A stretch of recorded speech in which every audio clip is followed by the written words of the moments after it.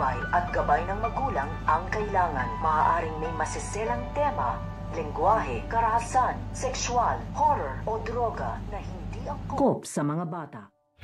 Ito na ang ating mga pakakatutukan at pakakaabangan dito nga lang sa nalalapit na pagtatapos ng Stolen Live. Dahil ito nga si Para at ito nga si Lucy ay magkakatuos na nga dito at magkakaharap, at sa kanilang muling pagtutuos at paghaharap ay dito na nga nila tatapusin kung sino nga ba ang nararapat dito nga daw kay Darius. Dahil hanggang sa ngayon ay hindi pa rin sumusuko ito nga si Para dito nga kay Darius na mapapasa kanya pa nga daw ito, dahil sila nga daw ang nararapat, dahil ito nga daw si Lucy ang umagaw dito nga daw kay Darius, at hindi na nga papayagan ito nga ni Para sa huling sandali na mapunta pa nga daw ito nga daw si Darius dito nga daw kay Lucy. Kaya gagawin nga nito nga ni Para ang lahat ng kanyang makakaya upang si Lucy ay mapatalsik na nga niya dito nga daw sa pamilya nito nga daw ni Darius, at siya na nga daw dito ang papalit. So pakakaabangan nga natin dito ang nalalapit na pagtatapos ng Stolen Live.